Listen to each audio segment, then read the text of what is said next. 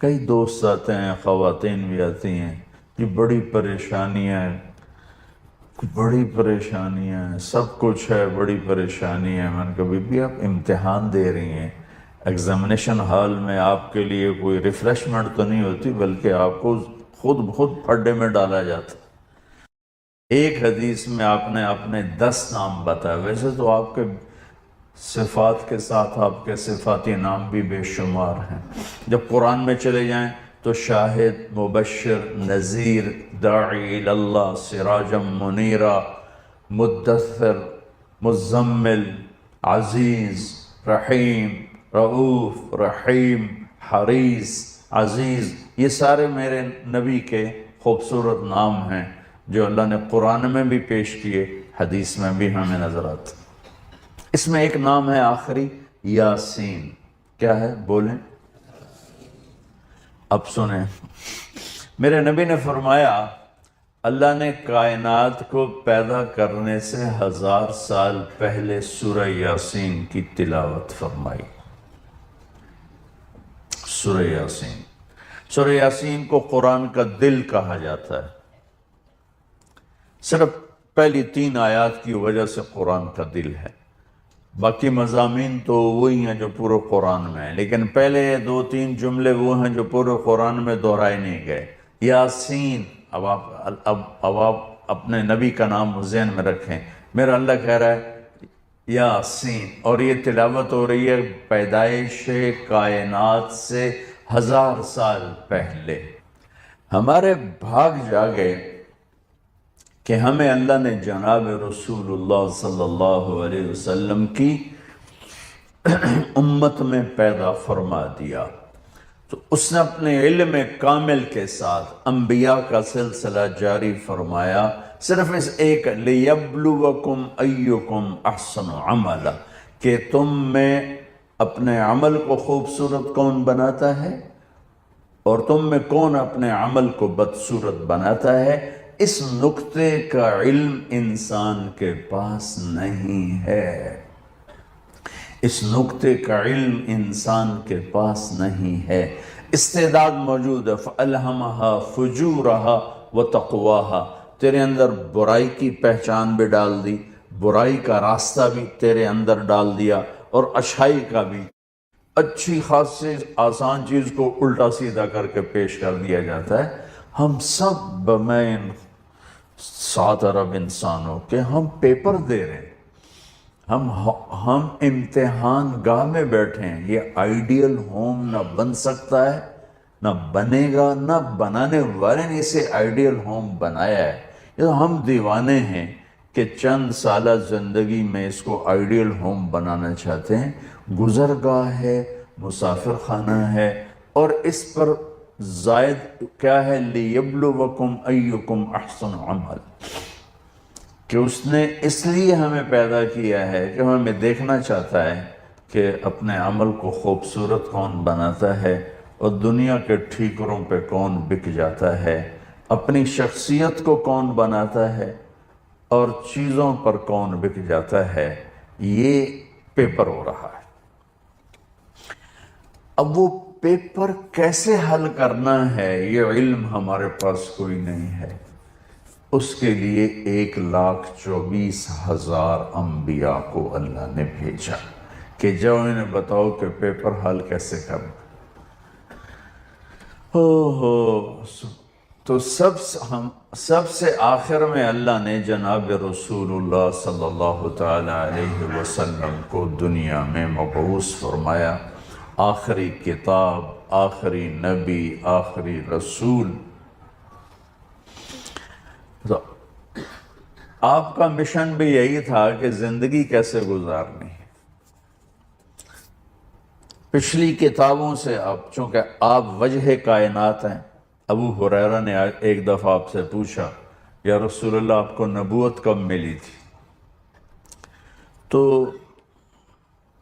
ابھی ربیع الاول گزرا ہے، گزر رہا ہے، تو 2-3-4 دن باقی ہیں۔ ہم کتنے جلسے ہوتے رہے، اس میں آپ یہ اس تاریخ کو پیدا ہوئے، اس تاریخ کو انتقال فرمایا، 40 سال کی عمر میں نبوت ملی، 63 سال کی عمر میں انتقال فرمایا۔ اپنے نبی کا جواب سنیں، یا رسول اللہ آپ کو نبوت کب ملی؟ تو کیا جواب ہے؟ 40 سال۔ کتابی جواب جو میں ڈھونڈ کے آپ کو بتا رہا ہوں، 40 سال 6 مہینے 10 دن۔ اور یہ کیلکولیشن ہے محرم، صفر، ربیع الاول کے لحاظ سے، دسمبر، جنوری، فروری کے لحاظ سے نہیں، اس لحاظ سے عمر اور کم ہوگی۔ 40 سال 6 ماہ 10 دن۔ تو یہ تو کیلکولیٹڈ جواب تھا، تو آپ کا یہ جواب آپ نہ دیتے، آپ فرماتے ابو ہریرہ 40 سال کی عمر میں نبی بنا، لیکن میرے نبی نے جواب کیا دیا؟ کنت نبیا وان آدم بین الروح والجسد۔ ابو ہریرہ ابھی آدم کی مٹی کٹھی نہیں ہوئی تھی اور میں نبی بن چکا تھا۔ آپ تو وجہ کائنات ہیں۔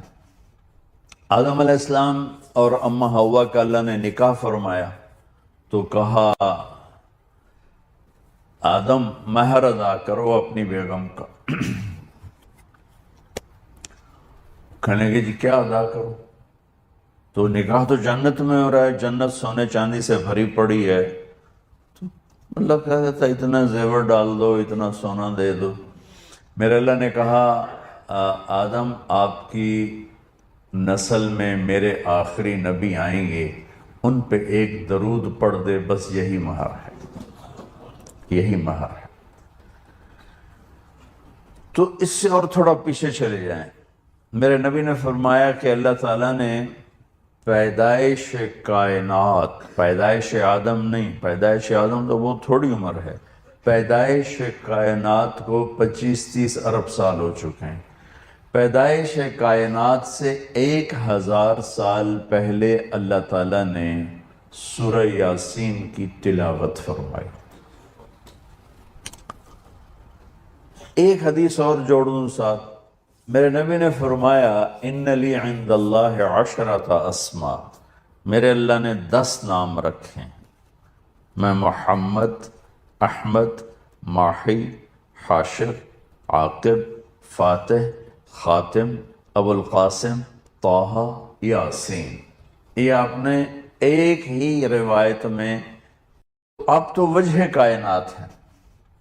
آدم علیہ السلام اور اماں حوا کا اللہ نے نکاح فرمایا تو کہا آدم مہر ادا کرو اپنی بیگم کا۔ کہنے لگے جی کیا ادا کرو؟ تو نکاح تو جنت میں ہو رہا ہے، جنت سونے چاندی سے بھری پڑی ہے، تو اللہ کہتا تھا اتنا زیور ڈال دو، اتنا سونا دے دو۔ میرے اللہ نے کہا آدم آپ کی نسل میں میرے آخری نبی آئیں گے، ان پہ ایک درود پڑھ دے، بس یہی مہر ہے، یہی مہر ہے۔ تو اس سے اور تھوڑا پیچھے چلے جائیں، میرے نبی نے فرمایا کہ اللہ تعالیٰ نے پیدائش کائنات، پیدائش آدم نہیں، پیدائش آدم تو بہت تھوڑی عمر ہے، پیدائش کائنات کو 25-30 ارب سال ہو چکے ہیں۔ پیدائش کائنات سے 1000 سال پہلے اللہ تعالیٰ نے سورہ یاسین کی تلاوت فرمائی۔ ایک حدیث اور جوڑوں ساتھ، میرے نبی نے فرمایا ان لی عند اللہ 10 اسماء، میرے اللہ نے 10 نام رکھے، میں محمد، احمد، ماحی، حاشر، عاقب، فاتح، خاتم، ابو القاسم، طٰہٰ، یاسین۔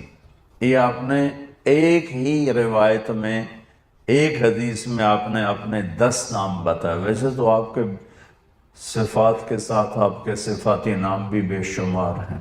جب قرآن میں چلے جائیں تو شاہد، مبشر، نذیر، داعی الی اللہ، سراجا منیرا، مدثر، مزمل، عزیز، رحیم، رؤوف، رحیم، حریص، عزیز، یہ سارے میرے نبی کے خوبصورت نام ہیں جو اللہ نے قرآن میں بھی پیش کیے، حدیث میں بھی ہمیں نظر آتے۔ اس میں ایک نام ہے آخری، یاسین۔ کیا ہے؟ بولیں۔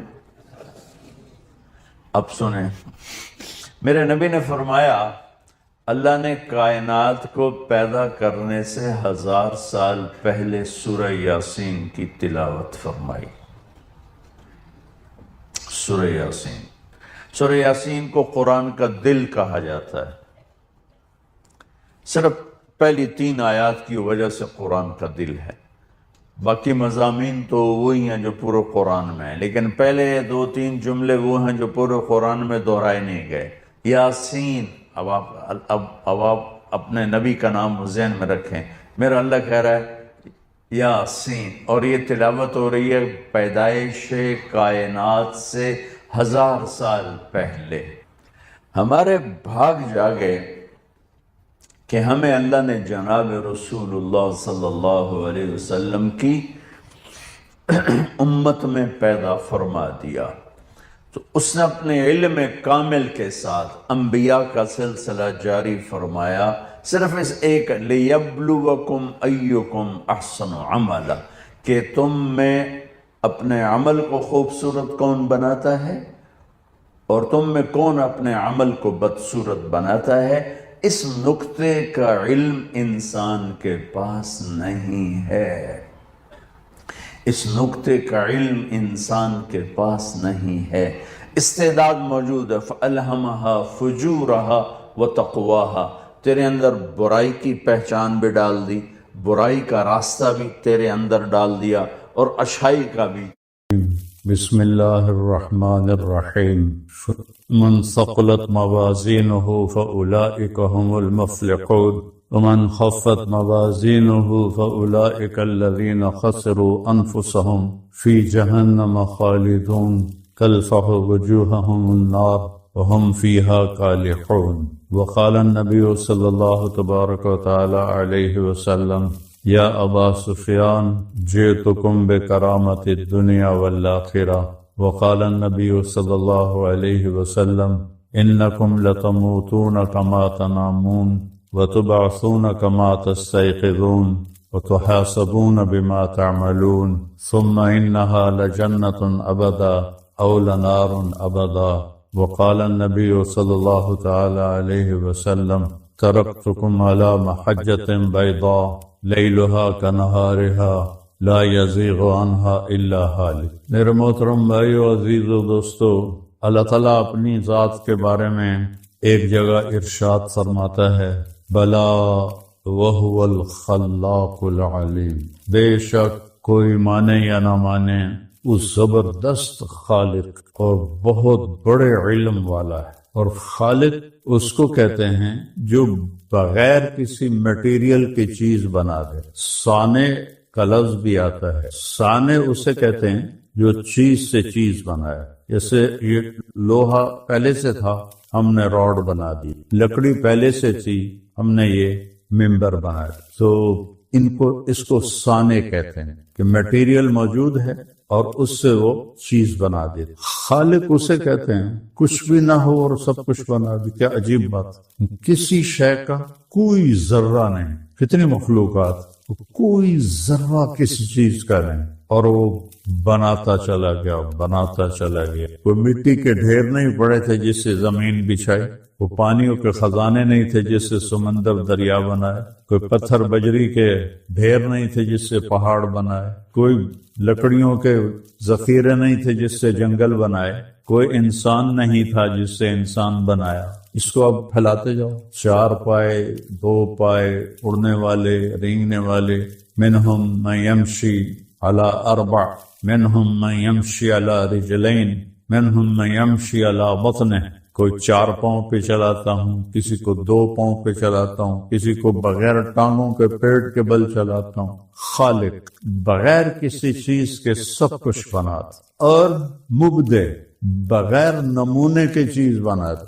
ہم جب یہ ممبر بنواتے ہیں تو ترخان کو کہتے ہیں بھئی یہ ڈیزائن ہے، اس کے مطابق بناتا۔ یہ اسماعیل مسجد بنی تو اس کا نقشہ بنا، پھر اس نقشے کے مطابق چیزیں مہیا کی گئیں۔ مبدع جو بغیر کسی نمونے کے ہر شے بنا، کسی شیر کی شکل سامنے نہیں، شیروں کے جنگل، کسی پھل کی شکل سامنے نہیں، اور باغات کے باغات، کسی جاندار کسی بے جان کوئی شکل سامنے نہیں، اور وہ مبدع بغیر نمونے کے بنائے جا رہا ہے پھر اللہ کی صفت ہے بدیع ہے۔ بدیع اس کو کہتے ہیں جو پہل کرنے والا، اور اس سے پہلے کسی نے نہ کیا ہو اور وہ کر کے دکھا، اور باری جس نے پھر روح ڈالی، باری روح ڈالنے والا، خلق وبرأ وبرأ الباری۔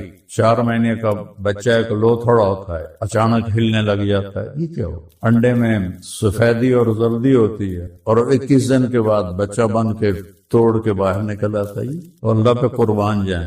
ماں کو نہیں پتا کہ بچہ کب تیار ہو گئے، اندر جو بچہ ہوتا ہے اس کو پتا ہوتا ہے کہ میرے اب نکلنے کا وقت آ گیا، تو اس کی چونچ اتنی نازک ہوتی ہے کہ وہ ٹھوکر نہیں لگا سکتا، تو اللہ اس وقت اس کی چونچ پہ ایک سخت مادہ پیدا کر دے اس وقت کے لیے سخت، تو وہ اس سے ٹھوکر مارتا ہے، اس کا صرف اتنا ہی کام ہوتا ہے، پھر وہ گر جاتا ہے۔ کیا قدرت پہ قربان ہے، کتنے انڈے اور کتنے بچے، مگر مچھ جیسا جانور بھی انڈے دیتا ہے، اور انڈونیشیا میں ایک بلا پائی جاتی ہے وہ بھی انڈے دیتی، اور جب اس سے بچہ نکلنے لگتا ہے تو اس کی چونچ میں طاقت نہیں ہوتی، تو اس پر اللہ ایک سخت کوٹ کر لیتا ہے، اس سے وہ ٹھوکر مارتا ہے، وہ ٹوٹ جاتا ہے، وہ باہر نکلتا ہے، اب اسے دانا چگنا ہے، دانا چگنے میں وہ جو سخت مادہ ہے وہ رکاوٹ بنے گا، وہ جھڑ جاتا ہے اور نیچے سے چونچ نکل آتی ہے، پھر اللہ اس کو بتاتا ہے کہ تو نے کیا کھانا۔ ہم تو اپنے بچے کو 3 سال تک بتاتے رہتا ہے اے کھاؤنا اے نہیں کھاؤنا،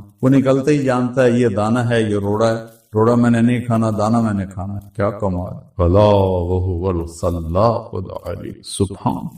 مچھلی نر مادہ پانی میں ہی ملتے ہیں، ان کے لیے کوئی ٹھہراؤ ہے ہی نہیں، وہ پانی میں ملتے ہیں، اور پانی میں ہی مچھلی انڈے دیتی ہے، اور ٹراؤٹ مچھلی اتنی سی ہوتی ہے ایک وقت میں 3000 انڈے دیتی، اور وہ سب سے مزے کی مچھلی ہوتی ہے، اور برفانی پانی میں رہتی ہے، تھوڑا سا گرم پانی آ جائے مر جاتی، گلگت کی طرف ناران کی طرف ہوتی۔ وہ 3000 انڈے ایک ٹراؤٹ نے تو نہیں دیے، کتنے ٹراؤٹ ہیں دنیا میں، وہ سب سے بچوں کے نکلنے کا وقت الگ الگ ہے، کس طرح ان کو نکلنے کا علم دیتا ہے اللہ تعالیٰ، اور وہ نکلتے ہیں۔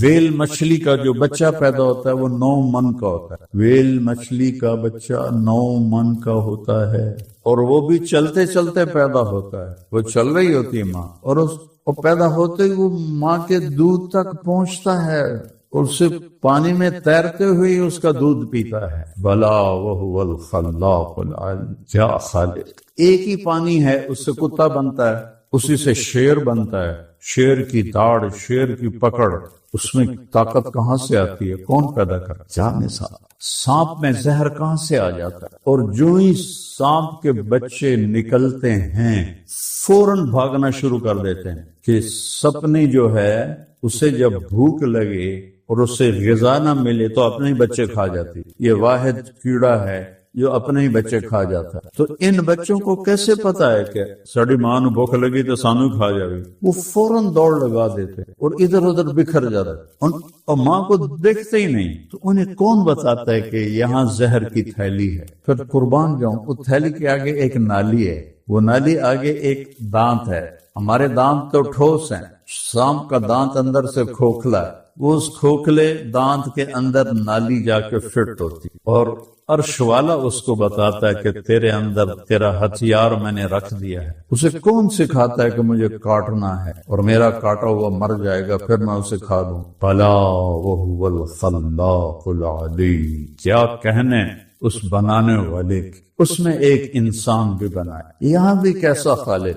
یہ میرا انگلی کا پورا دیکھ رہے ہو، دنیا میں 7 ارب انسان گنے ہوئے ہیں، اس سے زیادہ ہی ہوں گے، 8-9 ارب ہوں گے۔ افریقہ کے جنگلوں میں کون جا کے گنے گا، کانگو کے جنگلوں میں کون جا کے گنے گا؟ تو یہ 10 انگلیاں، اگر 7 ارب ہی ہوں تو یہ 70 ارب ہو، 70 ارب انگلیاں، 70 ارب انگلیاں۔ یہ جو یہاں اللہ نے ایک لکیروں کا جال بچھایا ہے جس کو فنگر پرنٹ کہتے ہیں، 70 ارب انگلیوں میں سے کسی ایک کا پرنٹ دوسرے سے نہیں ملتا۔ انگوٹھا کیوں لگواتے ہیں؟ کہ یہ جو یہاں میرا پرنٹ ہے یہ کسی اور کا ہو ہی نہیں سکتا۔ اور اللہ نے کب یہ بات بتائی کہ 19ویں صدی کے شروع میں یہ علم کھلا سائنسدانوں پر، کہ انسانی پوروں پہ بنے ہوئے جو انگلیوں کے اوپر جو بنے ہوئے دائرے ہیں، جو لکیریں ہیں، یہ ایک ہی دوسرے سے نہیں ملتی۔ 19ویں صدی کے شروع میں، اور میرے رب نے پہلی صدی میں اپنے حبیب پہ قرآن اتارا تو ایحسب الانسان ان لن نجمع عظامہ، کیا کہتے ہو کہ میں تیری ہڈیاں اکٹھا نہیں کر سکتا؟ والا، کیوں نہیں؟ قادرین، میں اس سے آگے بھی قدرت رکھتا ہوں۔ الا ان نسوی بنانا، تیری انگلی کے پورے بھی تیرے ہی واپس کر کے تجھے دکھاتا ہوں۔ تو کہتا ہے ہمیں کون زندہ کرے گا؟ میں تیرے پورے بھی تیرے ہی ہوں گے، ملا کے ویکھ لمی، انگوٹھا لا کے بھی ویکھ لوں۔ کیا خالق ہے میرا رب۔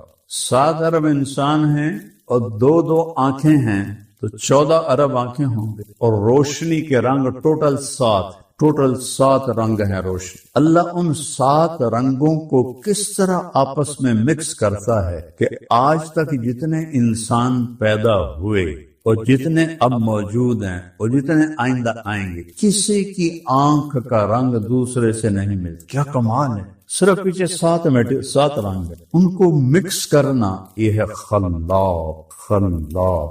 ایک کا رنگ دوسرے سے ملتا ہی نہیں، یہ کیا کمال! چلو یہ تو 2 ہیں۔ یہ جو ساؤنڈ باکس ہے یہ سب کا ایک ہی ہے۔ ساری دنیا کے انسان یہاں سے بولتے ہیں اور سب کا ایک ہے۔ کیا ایک کی آواز دوسرے سے ملتی؟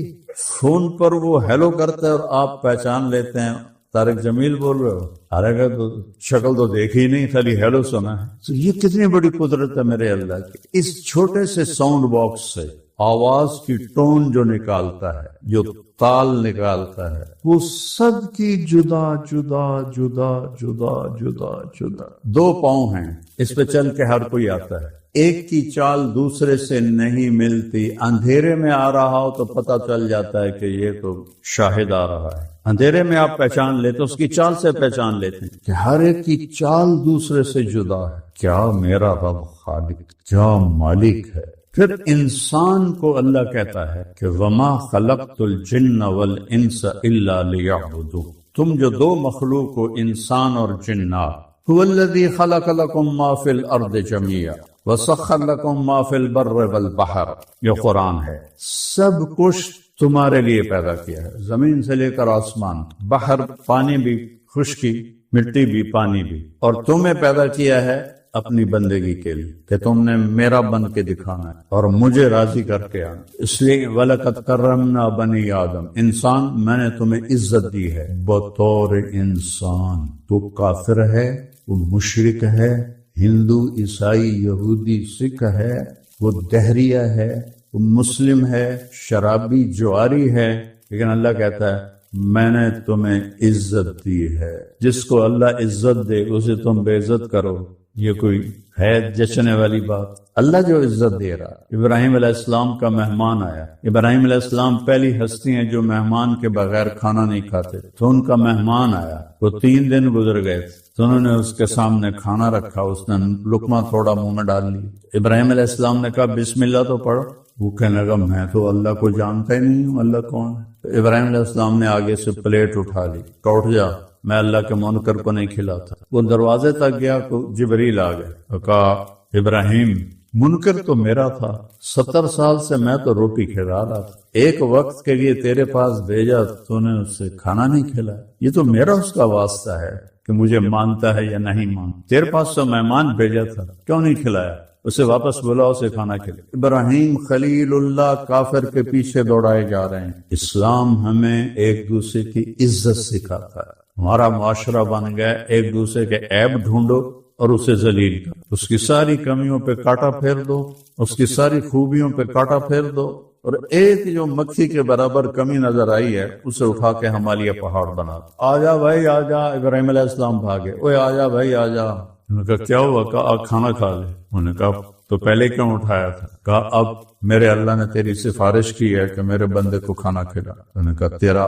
رب تو بڑا اچھا ہے، میں تو اس کو مانتا بھی نہیں، پھر بھی اس نے مجھے میری سفارش کی، چلو مجھے بھی اس کا بندہ بنا دے، لوگ کلمہ بھی نصیب ہو۔ وَلَقَدْ كَرَّمْنَا بَنِي آدم، ہم نے آدم کی اولاد کو عزت دی، یہ قابل عزت قابل احترام ہے، جس جیسا بھی ہے، جس حال میں بھی۔ جنت جہنم کے فیصلے تو اللہ نے کرنا ہے، میں نے تو نہیں کرنا، آپ نے تو نہیں کرنا۔ تو ہمیں ایک دوسرے کی عزت سکھائی گئی ہے۔ پھر میرے اللہ نے مجھے آپ کو بنایا تو اسے پتا ہے نا کہ ہم کیسے ہیں۔ اللہ کی قسم مجھے خود نہیں پتا کہ میں کیا اور کیسا ہوں، آپ کو نہیں پتا ہم اور آپ کیسے، یہ ہم کیسے آنکھوں سے دیکھ رہے ہیں، کیسے دیکھ رہے ہیں، سن کیسے رہے، بول کیسے رہے۔ اتنی بڑی زبان ہوتی ہے زرافے کی، وہ کیوں نہیں بولتا اگر زبان ہی بلاتی ہے؟ میری 2 انچ کی زبان ہے اور میں بولے جا رہا ہوں، یہ کیسے ہوتا ہے؟ کبھی سوچا یہ کیسے ہوتا ہے؟ یہ نوخن کیسے نکل آتے ہیں، آگے سے سخت کیوں ہو جاتے ہیں؟ سبحان اللہ۔ بال کیسے بڑھتے ہیں،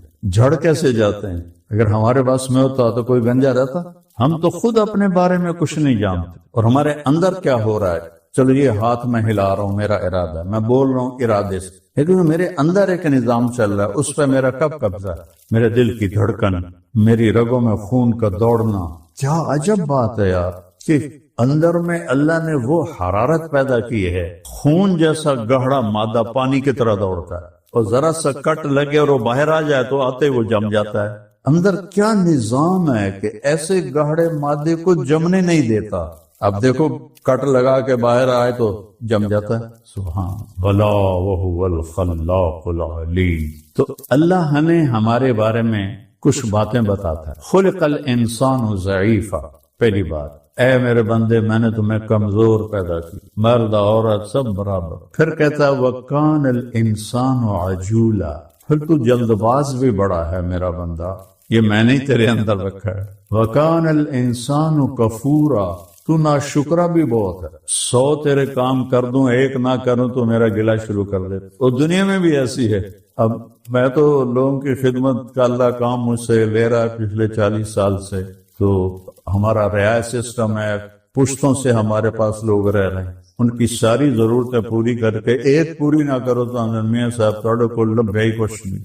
وَكَانَ الْإِنسَانُ كَفُورًا ناشکر، بیوی کے 10 کام کر دو، 11واں نہ کر سکو تو کہے گی تیرے گھر ویکھے ہی کچھ نہیں، اور بیوی تمہاری 10 خدمتیں کر کے ایک نہ کر سکے، کہتے تمہارے جیسی کوئی بدتمیز بیوی کوئی نہیں۔ وَكَانَ الْإِنسَانُ كَفُورًا، انسان تو ناشکرا ہے۔ وَكَانَ الْإِنسَانُ قَتُورًا، انسان تو بخیل بڑا ہے، تجھے جوڑنے کا بڑا شوق، جمع مالاً وعددہ، جمع کرتا ہے اور جوڑتا ہے اور گنتا ہے، اتنے ہو گئے، لاکھ ہو گیا، کروڑ ہو گیا، ارب ہو گیا، خرب ہو گیا، اور مرکبر آ گئی تو چل بیڑا بڑھ گیا، سارے ارب خرب بچے رہ گئے، اور جا کے ٹوئچ پہ گئے۔ وَكَانَ الْإِنسَانُ قَتُورًا، میرے بندے تو بخیل بہت ہے۔ پھر ایک اور بات بتائی، وَكَانَ الْإِنسَانُ أَكْثَرَ شَيْءٍ جَدَلًا، میرے بندے تجھے غصہ بھی بڑی جلدی آتا ہے، یہ پٹھانوں کو تو بہت ہی جلدی آتا ہے، میرے بندے تجھے غصہ بہت آتا ہے، بڑی جلدی آتا ہے۔ كَانَ الْإِنسَانُ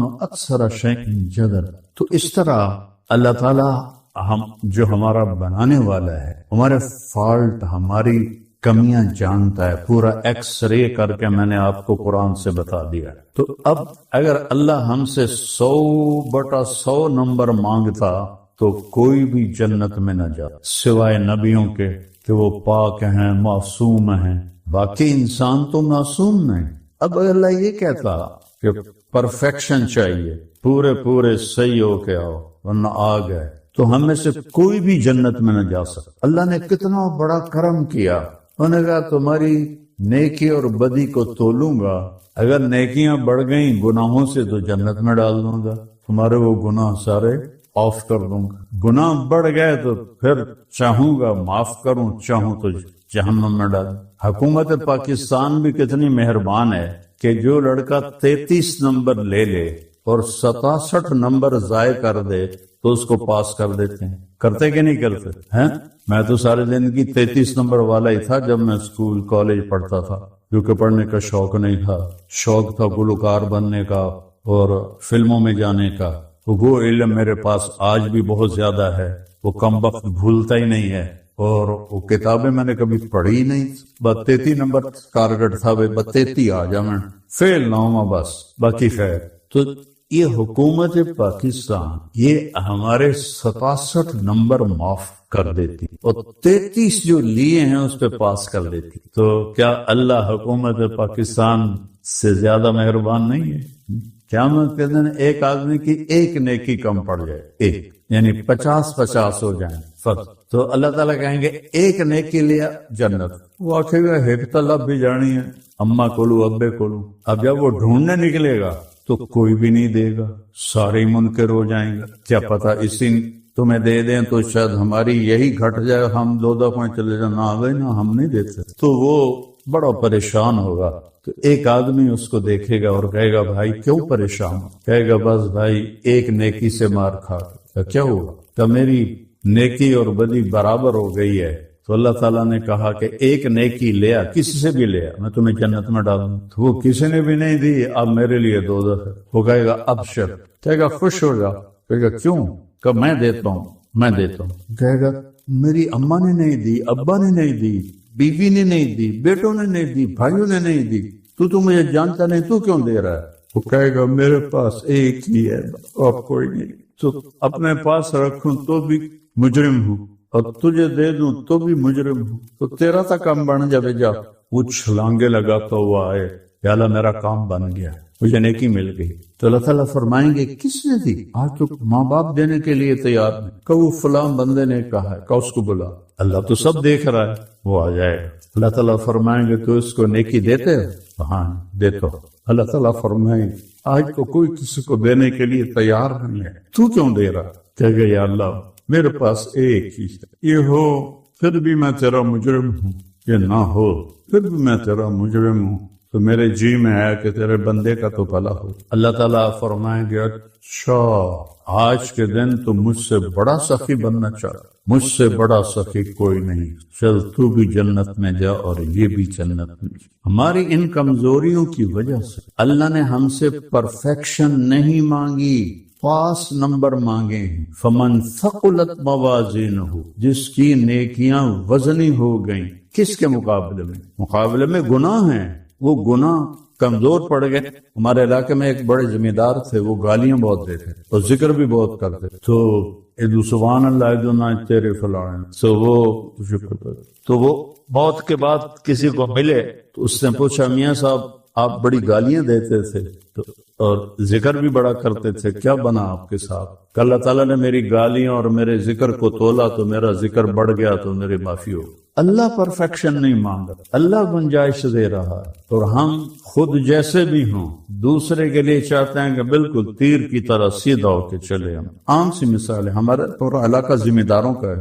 ہر وقت ان کو نوکروں کی شکایت ہوتی ہے کہ بھاگ جاتے ہیں، اور اللہ کے فضل سے میرے پاس نوکر ختم ہی نہیں ہوتے. جو آ جاتا ہے وہ خود جائے تو جائے، جاتے ہی نہیں. کیوں؟ کہ میں گنجائش دیتا ہوں، پرفیکشن نہیں مانگتا ہوں. اور باقی کہتے ہیں پانی کیوں رڑ گیا، ایتھے بوٹا کیوں سوکھ گیا. پھر ماں بہن کو خبردار اس کے بارے میں کچھ نہ کہنا. فَإِنَّهُ يُحِبُّ اللَّهُ وَرَسُولَهُ، یہ اللہ اس کے رسول سے پیار کرتا ہے. یہ ہے میرے نبی کے اصول. اور شراب ان سے چھوٹی نہیں.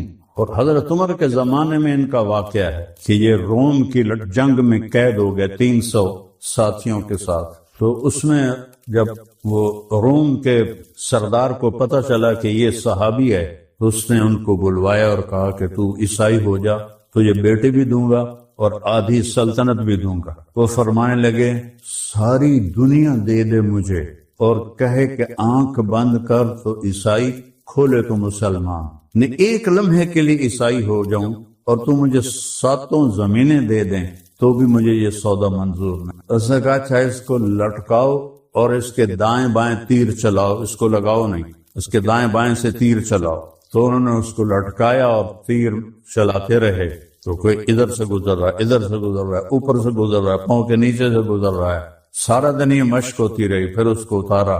میں پوچھا آپ کیا کہتے ہو؟ وہ جو پہلے کہہ رہا تھا. اس نے کہا ویسا کرو، تیل کو کڑا میں ڈال کے نیچے آگ جلاؤ، جب وہ کھولنے لگے تو اس کے ساتھیوں میں سے 2 کو اس میں پھینک دو. اس کے بعد بھی اگر یہ عیسائیت کی طرف نہ آئے تو اسے بھی پھینک دو. تو ان 2 کو انہوں نے پکڑا اور ان کے سامنے تیل میں ڈال دی. ویسے ابل گئے، جل گئے. تو جب ان کو پکڑا تو وہ رونے لگے. تو انہوں نے سردار کو پیغام دیا کہ رو رہا ہے، لگتا ہے ڈر گیا ہے. تو رومی سردار نے بلایا کہا اب کیا خیال ہے؟ کہا وہی جو پہلے ہے۔ کہا تو روئے کیوں ہو؟ فرمانے لگے تو کیا سمجھتا ہے موت کے ڈر سے رویا؟ اس نے کہا ہاں۔ نہیں، میں اپنی بے بسی کے رویا۔ اس نے کہا کیا بے بسی؟ کہا بے بسی یہ ہے کہ میری ایک جان ہے اور وہ چند سیکنڈ میں راکھ ہو جائے، کاش میرے بدن جتنے بال ہیں اتنی میری جانیں ہوتی اور میں ایک ایک جان کو آگ میں اللہ پہ قربان کر۔ تو وہ رومی سردار سختے میں آ کہنے لگا میرا ماتھا چوم لے میں تجھے آزاد کر دوں۔ کہنے میری شرط ہے میرے ساتھیوں کو بھی، ان کو آگے بڑھ کے آپ نے ان کا ماتھا چوما، اس نے سب کو آزاد کر۔ جب یہ قافلہ مدینے پہنچا، حضرت عمر رضی اللہ عنہ کا دور خلافت تھا، ان کو واقعہ سنایا تو آپ نے سارے مدینے کو جمع کیا اور حضرت عبداللہ کا واقعہ سنایا، پھر ان کو ممبر پہ بٹھایا کہ حق علی المؤمنین ان یقبلوا رأسہ، سب ایمان والوں پر واجب ہے کہ اس کے ماتھے کو بوسہ دو۔ وَأَنَا أَوَّلُ مَنْ أَبْدَأُ، سب سے پہلے میں پہل کروں گا۔ حضرت عمر نے ان کے ماتھے کا بوسہ لیا، سارے مدینے والوں نے ان کے ماتھے کا بوسہ لیا، شراب نہیں چھوٹی، جس سے اللہ کام درگزر کرنا، یہ مزاج شریعت ہے۔ یہ پکڑ دکڑ یہ تو مدرسوں کا کام ہے، خانقاہی مزاج ہے یہ۔ اور میں مدرسے بھی تو چلاتا ہوں پچھلے 25 سال سے، یہ مدرسے کا نظام ہے۔ اب اس کو نکال دو، یہ باقیوں کو بھی خراب کر رہا ہے، اس کو نکال دو، یہ پڑھتا نہیں ہے، چلتا نہیں ہے۔ تبلیغ تو نبی کا کام ہے، نبی کا مزاج کدھر ہے؟ پیٹرول والی گاڑی میں ڈیزل ڈالو گے تو چلی۔ میں فیصل آباد سے گھر جا رہا تھا، جب یہ موٹر وے نہیں تھا، تو وہ آگے چوک پہ ہمارے ساتھی ہے، میرے دوست ابو بکر، اس کا پیٹرول پمپ، تو وہ ڈرائیور نے دیکھا نہیں، میں تو ویسے نہیں دیکھتا، تو اس نے ڈیزل والے وہ جو تھا ہم اس کے سامنے گاڑی کھڑی کر دی اور اس نے ڈیزل بھر دیا۔ وہ تھی کراؤن تھی بڑی پیٹرول والی، وہ سٹارٹ ہو کے جب ہم نے پیٹرول پمپ کا فرش پار کیا تو بند ہو گئی۔ میں کہا کیوں ہے؟ جی پھلی پہ گیا۔ میں کہا کیوں ہے؟ کہ جی لگتا ہے میں ڈیزل پہ آ بیٹھ، میں کہا تیرا بڑا غرق ہو گیا، میں نے کسی بس سے چڑھے اس نے کی کر سکتا۔ پھر میں نے ابو بکر کو فون کیا، وہ اپنی گاڑی لے کر آیا، وہ مجھے چھوڑنے گاؤں گیا اور اس نے وہیں وہ ساری گاڑی صاف کروائی، ڈیزل بھی کروایا، پھر اس میں پیٹرول ڈالا، پھر وہ شام کو پہنچا۔ تو دعویٰ کرتے ہو یہ نبی والا کام ہے، یہ تو چلتا ہے پیٹرول سے، تم اس میں ڈیزل ڈال کے چلا رہے، کیسے چلے؟ نہ صفات رہیں، نہ وہ حسن میں رہیں شوخیاں، نہ وہ عشق میں رہیں گرمیاں، نہ وہ غزہ میں تڑپ رہی، نہ وہ خم ہے زلف ایاس۔ نہ تو اپنے نبی کی زندگی پڑھتے ہو، حیات الصحابہ تمہارے لیے لکھی مولانا یوسف نے، وہ نہیں پڑھتے ہو۔ میں واحد آدمی ہوں جس نے 5 دفعہ حیات الصحابہ تینوں جلدیں، صحابہ کو پڑھو گے، نبی کی زندگی کو پڑھو گے تو پھر پتہ چلے گا کیسے چلنا ہے۔ ابو محجن ثقفی رضی اللہ تعالیٰ عنہ قبیلہ ثقیف کے بڑے صحابہ میں ہیں، شراب کی عادت، ان کو حد لگتی تھی، توبہ کرواتے تھے، کچھ انبا پھر شروع کر دیتے۔ صحابی ہیں، بشر تھے، وہ خطا سے پاک نہیں تھے۔ ہاں ان کے لیے اعلان ہے کلن وعد اللہ الحسنى، میرا محبوب میرا وعدہ ہے تیرے ہر صحابی کو جنت میں ڈالوں۔ لا يستوي منكم من انفق من قبل الفتح وقاتل اولئک اعظم درجة من الذين انفقوا من بعد وقاتلوا، میرے محبوب فتح مکہ سے پہلے جو تیرے ساتھی بنے اور فتح مکہ کے بعد جو تیرے ساتھی بنے، ان دونوں کو میں برابر نہیں کروں، ان کا درجہ اونچا ہے، ان کا نیچا ہے، لیکن وَكُلًّا وَعَدَ اللَّهُ الْحُسْنَى، میرا وعدہ ہے کہ سب کے سب کو جنت دوں گا۔ یہ ہے ان کا کمال، نہ معصوم تھے نہ محفوظ تھے، وہ مغفور تھے، اللہ نے بخش دیے۔ تو حضرت عمر کے زمانے میں ایران میں فیصلہ کن جنگ تھی، قادسیہ 9 دن چلتی رہی، اور سعد بن ابی وقاص رضی اللہ تعالیٰ عنہ لشکر کے امیر، اور 36,000 کا لشکر، اور ایرانیوں کا 1.5 لاکھ کا لشکر، ان کا سالار رستم تھا، اور ادھر حضرت سعد تھے۔ تو وہ پانی کی مد و جزر کی طرح کبھی موج ادھر چلی جاتی کبھی ادھر چلی جاتی، یہاں تک کہ شام ہو جاتی اور فیصلہ کوئی نہ ہو۔ تو ابو محجن رضی اللہ تعالیٰ عنہ نے شراب پی تو حضرت سعد بن ابی وقاص نے ان کو قید کر دی۔ تو جو جیل کا دروازہ، کمرے کا دروازہ تھا، وہ جالیوں والا تھا اور سامنے جنگ کا منظر تھا۔ تو ایرانیوں نے جو حملہ کیا تو صحابہ کو دباتے دباتے ان کے خیموں تک لے آئے۔ پہلی دفعہ ایسا ہوا۔ سعد بن ابی وقاص بیمار تھے، اوپر ایک قلعہ تھا، اس کی چھت پر بیٹھے ہوئے تھے اور لکھ لکھ کے آرڈر نیچے پھینکتے تھے، وہاں سے ایک صحابی اس کو اٹھا کر آگے سردار کو پہنچاتا تھا۔ اس طرح وہ دیکھ رہے تھے اور گھبرا رہے تھے کہ جنگ ہاتھ سے نکل رہی ہے، اور ابو محجن بے قرار۔ اتنے میں آپ کی حضرت سعد کی بیوی سلمہ گزری، کہنے لگے سلمہ یہ میرے بیڑیاں ہٹا دے اور مجھے تلوار دے دے اور سعد کا گھوڑا دے دے، اگر میں شہید ہو گیا تو تمہارا کام بن گیا، تمہاری جان چھوٹے گی مجھ سے، اگر میں زندہ رہا تو واپس آ کے یہی بیڑیاں میں خود پہن لوں۔ وہ فرمانے لگے اگر سعد کو پتا چلا تو مجھے سزا دیں گے، میں یہ کام نہیں کر سکتا۔ تو آگے چل پڑی تو انہوں نے پیچھے سے کہا کفا حزنن، بہت بڑے شاعر، ان تلتقی الخیل بالقنا اترک مشدودا علی وثاقیا، میرے درد کے لیے اتنا ہی کافی ہے کہ آج حق و باطل ٹکرا رہے ہیں اور میں بیڑیوں میں جکڑا پڑا۔ اذا قمت عنان الحدید وغلقت علی مصاری قد تسم المنادیہ، جب اٹھنے کی کوشش کرتا ہوں تو بیڑیاں مجھے گرا دیتی ہیں اور سامنے جیل کی دیواریں، ان سے میری آوازیں ٹکرا کر ایک باز گشت بن جاتی۔ دو شعر اور بھی تھے، یاد نہیں رہے۔ حضرت سلمہ کو ترس آیا، وہ واپس آئیں، انہوں نے کھول دیا دروازہ، حضرت سعد کا گھوڑا دے دیا، تلوار دے دی، انہوں نے ایسے اپنے منہ کو چھپایا اچھی طرح، اور ایک طرف سے آئے گدب صحابہ زیادہ دب رہے تھے نا، وہاں آ کے حملہ کی۔ ایک آدمی، 100 نہیں، ایک آدمی، 100 نہیں، ایک آدمی، ایک آدمی، ایک آدمی۔ کون سا؟ صحابی ہے، لیکن پہ کیا ہے؟ شراب کی وجہ سے جیل میں پڑا ہوا، اور ایسا بجلی کی طرح وہ چمکے، کبھی ادھر کبھی ادھر، کبھی ادھر کبھی ادھر، انہیں پورے ایرانیوں کے زور کو توڑ کے پیچھے ہٹا دی۔ پھر دوسری طرف دوڑے جدھر ایرانی غالب تھے، وہاں جا کے حملہ آور ہو، اور اکیلے بندے نے بجلی کی طرح کونتے ہوئے ایرانیوں کا منہ پیچھے پھیر دیا۔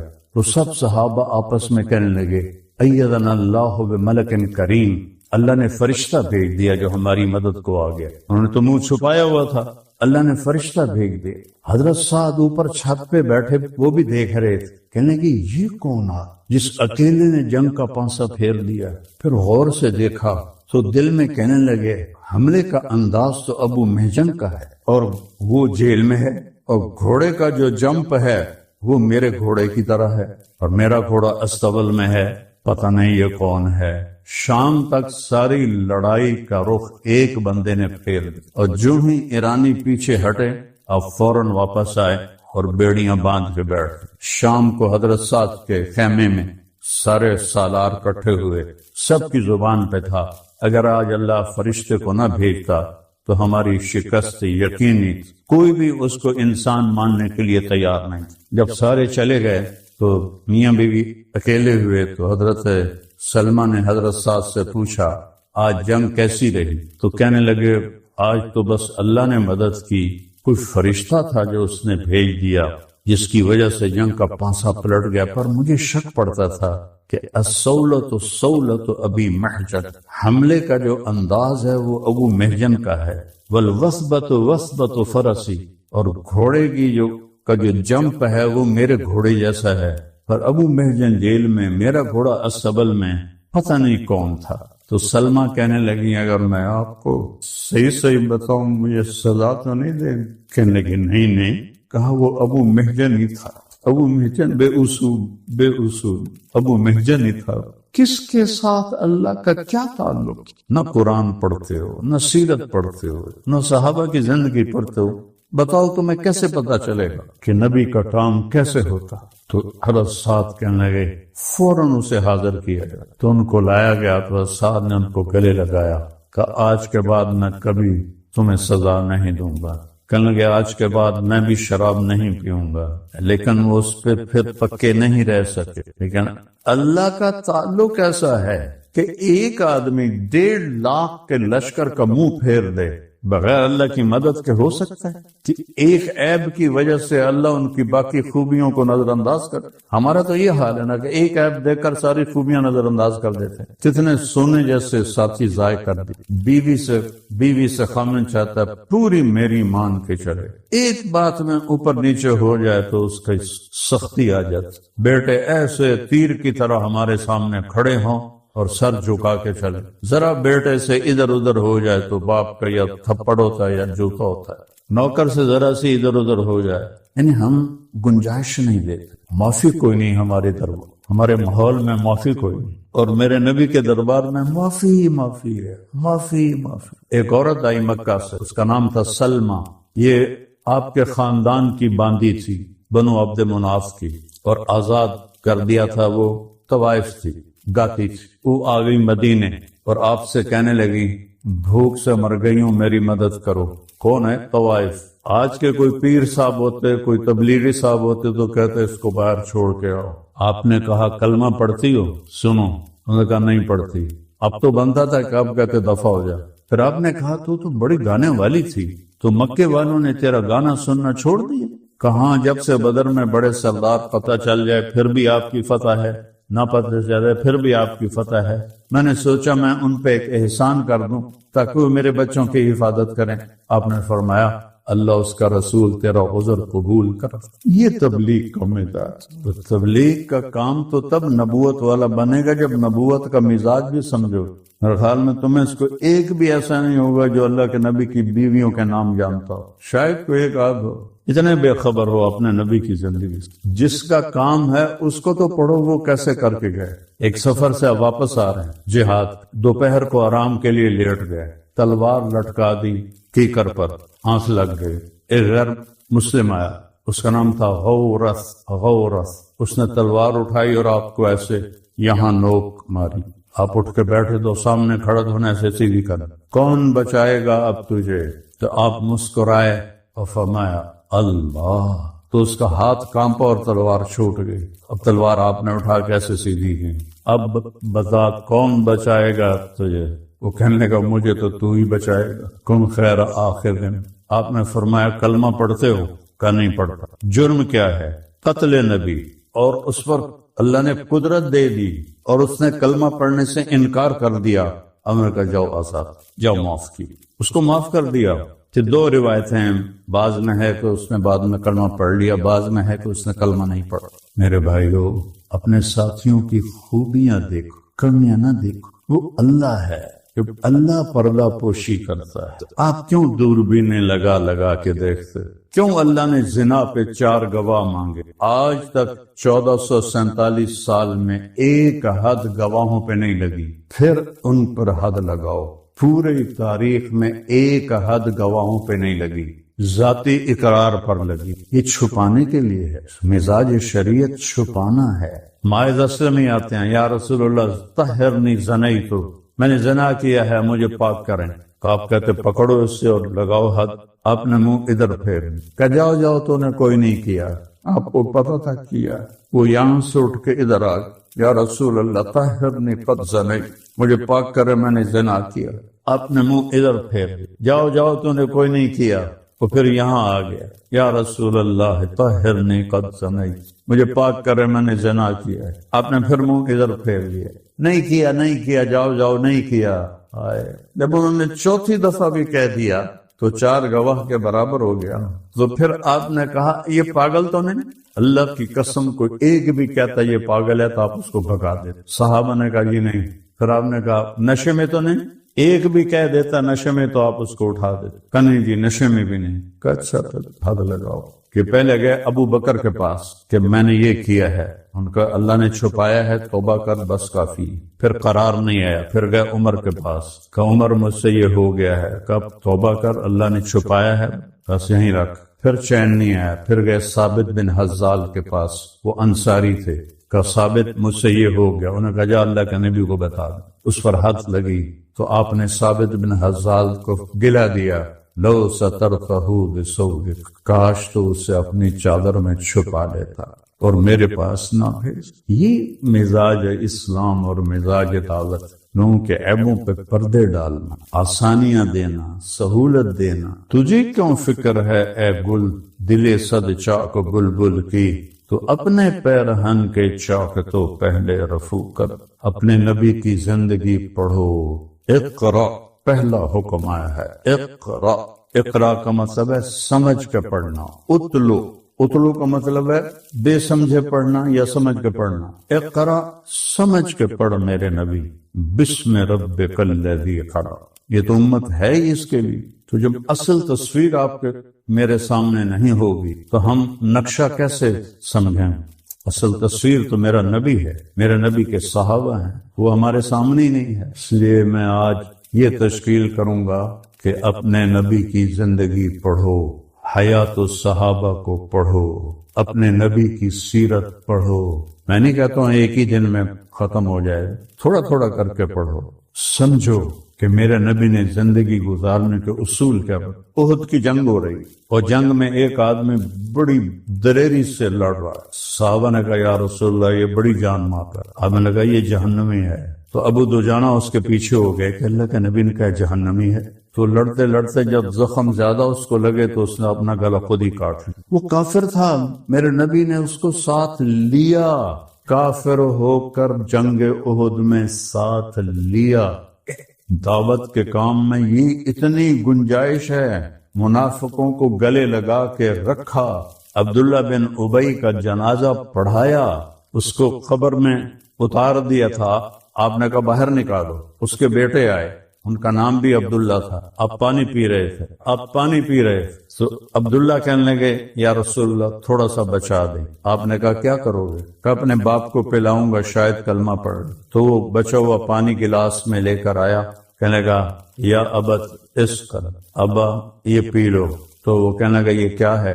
کہ یہ اللہ کے نبی کا بچایا ہوا جھوٹا پانی ہے، پی لے شاید تیرے اندر ایمان آ جائے۔ کہنے اگر اپنی ماں کا پیشاب لیا وہ پی لوں گا، یہ نہیں۔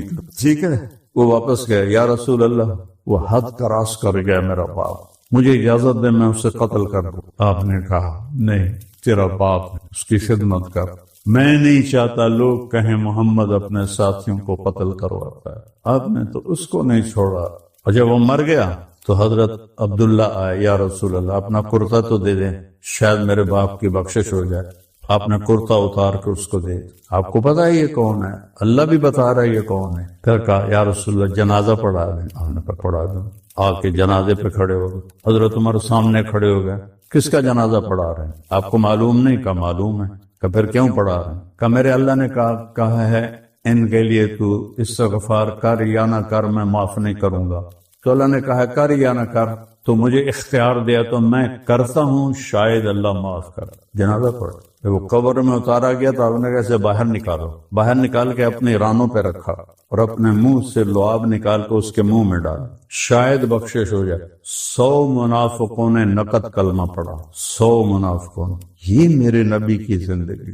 صحابہ اللہ کے نبی سے کی رائے کے خلاف رائے دے رہے ہیں۔ یہاں جیسے آپ فرمائیں، جیسے آپ فرمائیں، یہ بزرگوں نے کہا بدر کی لڑائی میں آپ نے خیمے لگائے، جبریل نہیں آئے، حباب بن منذر کھڑے ہو گئے، انصاری صحابی، یا رسول اللہ یہ خیمے آپ کا حکم ہے یہاں لگائیں؟ آپ نے کہا نہیں، میری رائے ہے۔ کہ پھر یہ ٹھیک نہیں، یہ خیمے یہاں نہیں وہاں لگائیں، وہاں پانی ہے۔ اب جبریل آیا، یا رسول اللہ اللہ فرما رہے ہیں جو حباب کہہ رہا ہے اس پہ عمل کیا جائے۔ پہلے کیوں نہیں آیا جبریل؟ خیمے لگانے سے پہلے جبریل کیوں نہیں آیا؟ اس لیے کہ امت کو سبق سکھانا تھا کہ نبی کی رائے کے خلاف بھی رائے دی جا سکتی۔ آپ نے یہ نہیں کہا تو میں نبی ہوں تو میری رائے کے خلاف بات کرتا ہے۔ جبریل آ گئے، حباب ٹھیک کہہ رہا ہے۔ آپ نے 2 رکعت نماز پڑھائی عصر کی اور بیٹھ گئے۔ ایک صحابی کھڑے ہو گئے، ذوالیدین، اقصرت الصلاۃ ام نسیت یا رسول اللہ؟ یا رسول اللہ نماز 2 رکعت ہو گئی یا آپ بھول گئے ہیں؟ آپ نے کہا کل ذالک لم یکن، نہیں، نہ میں بھولا ہوں نہ نماز 2 رکعت ہوئی ہے۔ تو وہ کہتے چلو ٹھیک ہے بھائی، بزرگ فرما رہے ہیں، یہاں کون ہے؟ نبی فرما رہا۔ تو انہوں نے کہا بعض ذالک قد کان، یہاں قد میں جو طاقت میں کیسے سمجھاؤں؟ یا رسول اللہ کچھ نہ کچھ ضرور ہوا ہے، یا آپ بھولے ہیں یا نماز 2 رکعت ہو گئی۔ پھر آپ نے صحابہ سے پوچھا اصدق ذوالجدین، یہ ذوالجدین صحیح کہہ رہا ہے؟ تو پھر سب نے کہا جی صحیح کہہ رہا ہے۔ آپ نے 2 رکعت پہ سلام پھیرا ہے، پھر آپ نے کھڑے ہو کر 2 رکعت مزید پڑھائیں، یعنی دوبارہ 4 نہیں پڑھی، اسی پر 2 رکعت مزید پڑھائیں۔ میرے نبی نے یہ ماحول، حضرت بریرہ کی شادی کی حضرت عائشہ نے حضرت مغیث کے ساتھ، حضرت بریرہ باندھی تھی حضرت عائشہ، انہوں نے اس کو آزاد کر دی۔ باندھی جب آزاد ہو جائے تو اسے حق ہے اپنے نکاح کو باقی رکھے یا توڑ دے، تو بریرہ نے نکاح توڑ دیا۔ بریرہ خوبصورت تھیں، مغیث ذرا شکل کے اتنے خوبصورت نہیں تھے، بڑے صحابی ہیں۔ اب وہ مغیث ان کے پیچھے پیچھے روتے روتے، وہ آگے وہ پیچھے۔ ایک دن آپ نے کہا یہ بھائی مغیث کو دیکھو بیچارے کا کیا برا حال ہے، بریرہ کے پیچھے پیچھے پھر رہا ہے۔ تو آپ نے بریرہ کو بلایا کہ بریرہ اس سے دوبارہ نکاح کر دے۔ کہنے لگی یہ اللہ کا حکم ہے؟ کہا نہیں۔ کہ آپ کا حکم ہے؟ کہا نہیں، میری رائے ہے کہ پھر مجھے کوئی ضرورت نہیں ہے، میں نہیں کرتی۔ تو آپ کہتے دیکھو یہ بڑوں کی نہیں مان، کتنی گستاخ ہے۔ آپ نے کہا ٹھیک تیری مرضی ہے، نہیں کیا۔ حضرت جمیلہ آئیں رضی اللہ عنہ، پہلا خلا کہ یا رسول اللہ میرا خامن ثابت بن قیس بن شماس بڑے صحابہ میں بدری ہیں، یمامہ میں شہید ہو، میرے بہت اچھے خامن، انہوں نے مجھے تھپڑ مارا ہے، میرا دل ہٹ گیا ہے، میں ان کے ساتھ نہیں رہنا چاہتی، مجھے الگ کیا جائے۔ سبحان اللہ، آپ ثابت کے فضائل سناتے۔ آپ نے کہا جو ثابت نے تجھے مہر میں باغ دیا ہے واپس کرتی ہو؟ کا سب کچھ واپس کرتے، نکاح نہیں کروں، ساتھ نہیں رہوں۔ عمل کا ثابت اسے طلاق دے دو، ہم نے طلاق دلوا دی۔ میں سب آپ کو نبی کی زندگی سے بتا رہا ہوں، میرے پاس تو یہی مجھے نقصان ہوتا ہے اور نہ تمہاری نیکی سے مجھے نفع ہوتا ہے، نہ تمہارے گناہوں سے میں متاثر ہوتا ہوں، نہ تمہاری نیکی سے میں بڑا بن جاتا ہوں، نہ تمہارے گناہوں سے میں چھوٹا بن جاتا ہوں، لہذا میں ہر وقت دروازے کھول کے بیٹھا ہوا ہوں۔ ابن آدم انی لک محب فبحقی علیک کلی محبہ، میں قربان جاؤں اس رب کی محبت پر اپنے بندے کے ساتھ۔ یا مسلم نہیں کہا اللہ نے، اے مسلمان میں تم سے پیار کرتا ہوں۔ پر مسلمان سارے کوئی اچھا تھوڑے ہیں، اللہ نے یہ نہیں کہا اے متقی مسلمانوں، اے علماء مسلمانوں، اے صوفیاء مسلمانوں، اے مجاہدین مسلمانوں، اے تبلیغی مسلمانوں، اے تہجد گزار مسلمان، نہیں یا ابن آدم، آدم کے بیٹے تو کافر ہے، تو مشرک ہے، تو مومن ہے، تو مسلم ہے، تو اچھا ہے، تو برا ہے، تو شرابی ہے، تو جواری ہے، تو تہجد گزار ہے، میں تجھ سے پیار کرتا۔ فبحقی علیک کلی محبہ، ارے تجھے اوئے ہوئے ہوئے ہوئے اللہ کیا قسم اٹھا رہا ہے، ارے تجھے میرے حق کی پسند، تو بھی تو مجھ سے پیار کرو۔ ابن آدم اذکرک وتنسانی، میں تمہیں ہمیشہ یاد رکھتا ہوں اور تو مجھے بھول جاتا ہے۔ استترک ولا تخشانی، میں تیرے گناہوں پہ پردے ڈال دیتا ہوں، پھر بھی تمہیں شرم نہیں آتی کہ ایک آنکھ مجھے دیکھ رہی ہے، مجھے رسوا کر سکتا ہے، لیکن میں پردے ڈال دیتا ہوں، تیرے گناہوں کو چھپا دیتا ہوں، سب سے چھپا دیتا ہوں۔ اور اتحبب علیک بنعمی، میں تیرے اوپر نعمتوں کی بارش کرتا ہوں کہ تم مجھ سے پیار کرے۔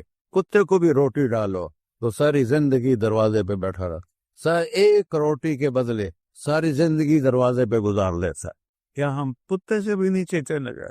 اسبغ علیکم نعمہ ظاہرۃ وباطنہ، میں نے اپنی نعمتوں سے میں تم کو ڈبو دیا ہے، جیسے پانی میں آدمی ڈبکی لگاتا ہے تو غائب ہو جاتا ہے۔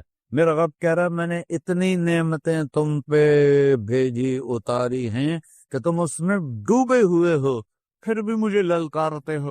عبیدی یبارزوننی بالعذاب، میرے بندے بڑے بڑے گناہ کر کے مجھے للکارتے ہیں۔ وَأَنَا أَكْلَهُمْ فِي مَزَاجِهِمْ كَأَنَّهُمْ لَمْ يَعْطُونِ، اور میرا تم بیٹا بھی میرے آنکھیں دکھائے گا، میرے باپ نے مجھے گھر سے نکال دیا تھا، میں تو اچھے کام کے لیے نکل رہا تھا، ہمارا بیٹا بھی آنکھیں دکھائے گا، ہم کہیں کہ نکل جا میرے گھر سے، اور میرا اللہ کہہ رہا ہے بڑے بڑے گناہوں سے مجھے للکارتے ہو۔ وَأَنَا أَكْلَهُمْ فِي مَزَاجِهِمْ كَأَنَّهُمْ لَمْ يَعْصُونِ، اور میں تمہیں ایسے رات کو نیند سلاتا ہوں کہ جیسے تم نے میری کوئی نافرمانی